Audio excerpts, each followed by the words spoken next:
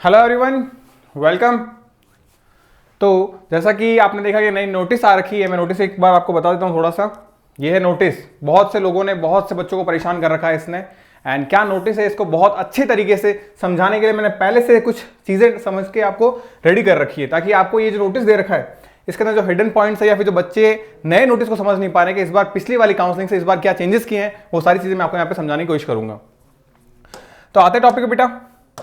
First of all आप यहाँ पे देख रहे हो कि 26 अक्टूबर का नोटिस है।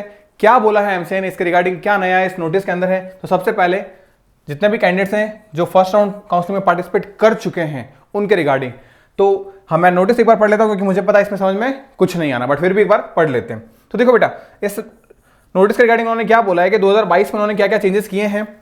यहाँ पे 1 नवंबर से आपको शाम 5 बजे तक कुछ चीजें बदलनी है। जिन कैंडिडेट ने क्या किया है, कॉलेज को ज्वाइन कर रखा है, तो इन सारी चीजों के अंदर यहाँ पे कुछ और सेकंड राउंड में कौन कैंडिडेट पार्टिसिपेट कर सकते हैं, कौन से कैंडिडेट सेकंड राउंड से एग्जिट कर जाएंगे, चाहे स्टेट काउंसलिंग हो चाहे आपकी ऑल इंडिया कोटा काउंसलिंग हो, तो कौन से कैंडिडेट अप्लाई कर सकते हैं, कौन से कैंडिडेट नहीं कर सकते, वो सारी बातें बेटा मैं आपको इस समराइज फॉर्म में जो भी दिया गया है वो सब कुछ मैंने इसका निचोड़ यहाँ निकाल दिया है।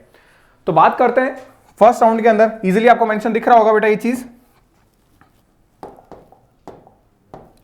फर्स्ट राउंड के अंदर जिसको भी कॉलेज मिलता है, ठीक है, वहां बात करते हैं। तो फर्स्ट राउंड में मेरे सारे बच्चों ने कॉलेज में अगर आपने पार्टिसिपेट किया है, कुछ हमारे बच्चे हैं जिन्होंने रजिस्ट्रेशन करवाया है, तो फर्स्ट में अगर आपको कॉलेज अलॉट नहीं हुआ है, पहला केस। दूसरा केस, अगर आपको कॉलेज अलॉट हो चुका है, नहीं हुआ है तो कोई पंगा ही नहीं है, आपके लिए रेजिग्नेशन लेटर है ही नहीं। ये कुल मिला के बात हो रही है कि कौन रिजाइन कर सकता है और कौन रिजाइन नहीं कर सकता अपनी सीट को लेके। तो आपको कॉलेज अलॉट हुआ ही नहीं तो आप रिजाइन करोगे क्या, तो ये बात अपने खत्म हो गई यहाँ पे। अब जिन बच्चों को अलॉट हो चुका है कॉलेज, उनके पास में 2 ऑप्शन है। अलॉट होने के बाद में आपने कॉलेज ज्वाइन किया है या फिर कॉलेज ज्वाइन नहीं किया है, 2 चीजें अपने पास में। अब कॉलेज ज्वाइन किया एक ऑप्शन, कॉलेज ज्वाइन नहीं किया दूसरा ऑप्शन। कॉलेज ज्वाइन करना और अलॉटमेंट में बीच में कुछ बच्चों को डिफरेंस क्लियर कर दूं मैं। अलॉटमेंट का मतलब ये होता है कि आपको कॉलेज से अलॉटमेंट लेटर आ चुका है कि आपको इस कॉलेज में एडमिशन मिल सकता है। अगर आप इंटरेस्टेड हो तो फिर आपको उस कॉलेज में जाना है, अपने डॉक्यूमेंट्स वेरीफाई करवाने हैं, तब तो आ जाओगे आप ज्वाइन वाली लिस्ट में। अगर आपने वेरीफाई नहीं करवाया देन आप आ जाओगे नॉन ज्वाइन लिस्ट में। क्लियर है ये बातें। तो यहाँ पे अगर आप ज्वाइन या नॉन ज्वाइन में आ रहे हो, अगर आपको अलॉटमेंट हो चुका बट आपने कॉलेज को ज्वाइन नहीं किया है, इट मींस आपको कोई इस लेटर से फर्क नहीं पड़ता। यानी कि आपने जब कॉलेज ही ज्वाइन नहीं किया है तो आप रिजाइन क्या करोगे। ठीक है, ये बात क्लियर है। तो अब सारा पंगा आ जाता है अपना कहां पे, जिन बच्चों ने ज्वाइन कर लिया, यानी कि जिन बच्चों ने कॉलेज में जाके अपने डॉक्यूमेंट्स को वेरीफाई करवा लिया है, वो बच्चे क्या करेंगे। उनके पास में फिर फर्दर 2 ऑप्शन रहते हैं। पहला, वो कॉलेज को अपग्रेड करवाएं या नहीं करवाएं।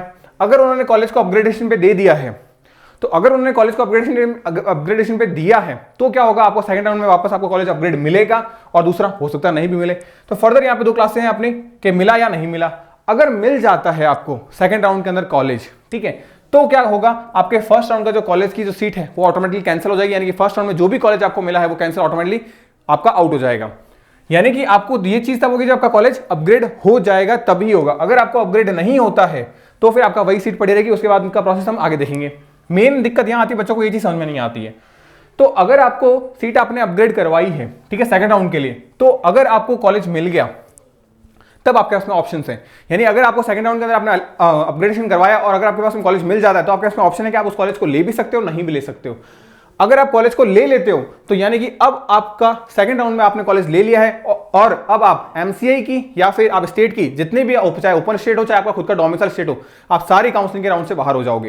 यानी कि अब आप फर्दर किसी भी कॉलेज के लिए एलिजिबल नहीं हो, आपको वही कॉलेज सीट आपको लेनी पड़ेगी। क्लियर है ये बात है। यहां पे अगर हम बात करें ज्वाइन के अंदर, अगर आपने लीव कर देते हो कि हाँ सेकंड राउंड के अंदर, ये सारी बातें सेकंड राउंड की बात कर रहा हूं मैं, जहां पे आपको कॉलेज के अपग्रेडेशन की बातें हो रही है।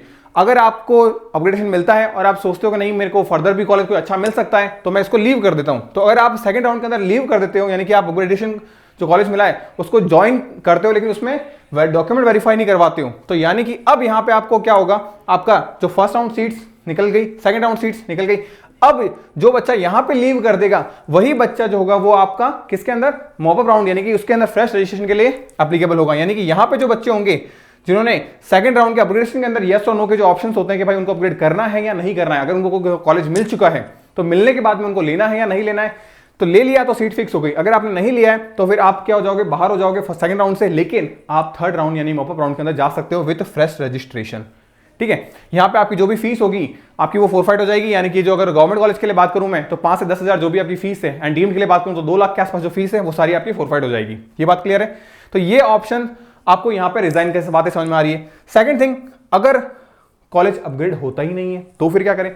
तो जो फर्स्ट राउंड के अंदर आपको जो कॉलेज मिला था वो आपका अपग्रेड नहीं हुआ है, इट मींस वही फर्स्ट राउंड का कॉलेज आपका सेकंड राउंड के अंदर भी चला जाएगा, और सेकंड राउंड में जाने के बाद में वो सीट आपकी फिक्स हो जाएगी क्योंकि आपका कॉलेज अपग्रेड नहीं हुआ है। तो जो सीट आपकी फिक्स हो गई है, आप फर्दर क्या हो जाएगा, आप बाहर आ जाओगे। तो यानी कि यहां पे भी आपको रिजाइन की जरूरत नहीं पड़ेगी।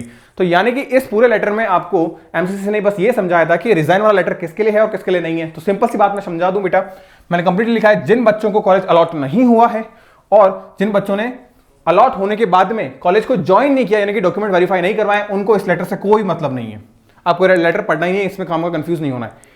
ये सिर्फ उनके लिए है जिन्होंने ज्वाइन कर लिया है, यानी अपने कॉलेज के फर्स्ट राउंड के अंदर डॉक्यूमेंट को वेरीफाई करवा लिया है, उनके लिए ये बात है कि उनको कहां रिजाइन करना है और कहां रिजाइन नहीं करना है। ठीक है, गवर्नमेंट का जो रूल था पिछले साल के कंपैरिजन में अगर मैं बात करूं तो सिंपल सा एक ही रूल उन्होंने चेंज किया है। वो रूल क्या है कि अगर आपको सेकंड राउंड के अंदर सीट मिल जाती है, चाहे आपकी फर्स्ट राउंड में ऑल इंडिया कोटा से हो या आपकी स्टेट राउंड से हो, सेकंड राउंड में आपको जहां पे भी सीट मिल गई, अगर वो आपने कॉलेज अलॉट करवा लिया है, ज्वाइन कर लिया है, तो फिर आप इंडिया की सारी काउंसलिंग से बाहर हो जाओगे। आपको वही सीट आपको लेनी पड़ेगी कॉलेज को लेके, आप उस कॉलेज को छोड़ नहीं सकते। ठीक है, अगर फिर आप फर्दर कॉलेज छोड़ते हो तो आपका सेशन खराब हो जाएगा एंड आपको जो बॉन्डिंग फीस होगी वो आपको बॉन्डिंग फीस डिपॉजिट करवानी पड़ेगी।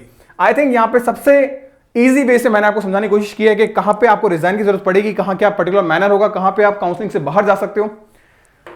ये पूरा का पूरा जो नोटिस था, इस नोटिस का ये वाला जो सेक्शन था, अगर मैं बात करूं,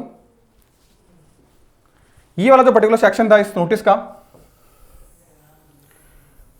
यही बच्चों के लिए सबसे ज्यादा टिपिकल था, जिसको मैंने पर्टिकुलरली रे डायग्राम के अंदर कौन क्या चीज हो सकती है वो सारी बातें मैंने यहां पे क्लियर की है। ठीक है, तो आई थिंक अब बच्चे क्लियर होंगे कि अलॉटमेंट कहां, किधर फर्स्ट राउंड में अलॉटमेंट कहां है, ज्वाइन के बाद में क्या अपग्रेड और नॉन अपग्रेड में क्या चीजें होगी, वो सारी बातें मैंने यहां पे रख दी है बेटा। ठीक है, अब अगर कोई ये सोच रहा है कि सर अगर मैंने फर्स्ट राउंड के अंदर पार्टिसिपेट किया, मेरे को फर्स्ट राउंड में कॉलेज मिल गया, लेकिन मैंने उसको अपग्रेडेशन पे डाला ही नहीं, यहां पे अपग्रेड में डालना पड़ेगा आपको।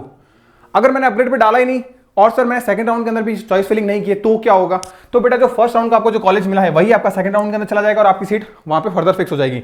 और एक बार सेकंड राउंड में आने के बाद में अगर आपकी जो भी सीट फिक्स हुई है वो फिर हमेशा के लिए आपकी सीट रह जाएगी, आप उसको रिजाइन नहीं कर सकते। क्लियर है बातें? तो आई थिंक सारे डाउट्स आपके क्लियर हो गए। फिर भी अगर डाउट्स रह जाते हैं देन आप क्वालिटी टीम को कांटेक्ट कर सकते हैं, कमेंट सेक्शन में बता सकते हैं हम लोगों को। ठीक है, बाकी पेड काउंसलिंग का जो भी फिनोमिना है वो सबको आपको डिस्क्रिप्शन बॉक्स में मिल जाएगा या फिर आप कॉल करके भी पूछ सकते हैं। ठीक है बेटा, तो मिलते हैं नेक्स्ट वीडियो में आपके नए डाउट्स के साथ में।